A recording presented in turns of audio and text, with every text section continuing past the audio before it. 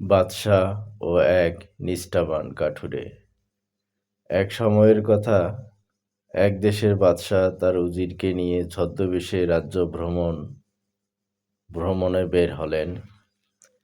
হাঁটতে হাঁটতে তারা বনের কিনারে এক কাঠুরেকে দেখলেন। কাঠুরে মনের আনন্দে কাঠ কাটছে আর গুনগুন করে আল্লাহর তাসবিহ পড়ছে।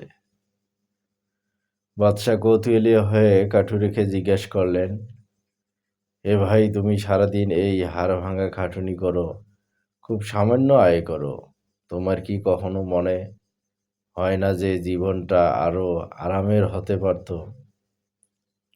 কাঠুরে হাসি মুখে জবাব দিল, হে মুসাফির, আমার যা আছে তাতেই আমি খুশি। আল্লাহ আমাকে যে রিজিক দেন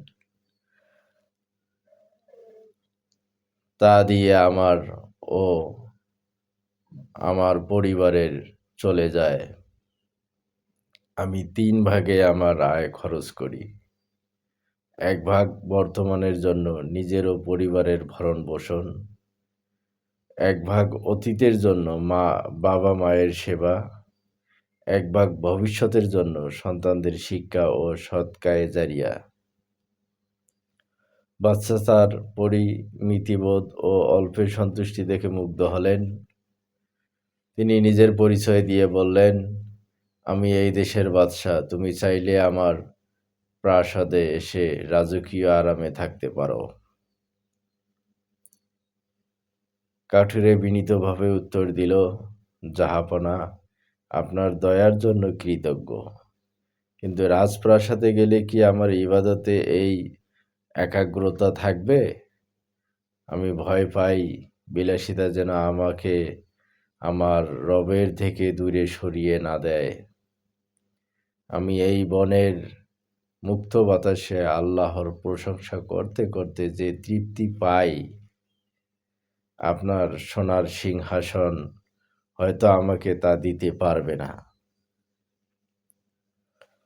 বাদশা বুঝতে পারলেন, প্রকৃত সম্পদ টাকা পয়সায় নয়, বরং অন্তরের প্রশান্তিতে। তিনি কাঠুরেকে অনেক উপহার দিতে চাইলেন, কিন্তু কাঠুরে কেবল একটি দোয়াই চাইলেন,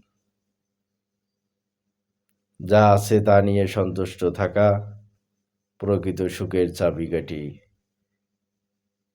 নিজের আয়ের একটি অংশ বাবা-মা এবং পরবর্তী প্রজন্মের জন্য ব্যয় করা ইসলামের শিক্ষা। অতিরিক্ত বিলাসিতা অনেক সময় মানুষকে আত্মাধিকতা থেকে বিচ্যুত করে।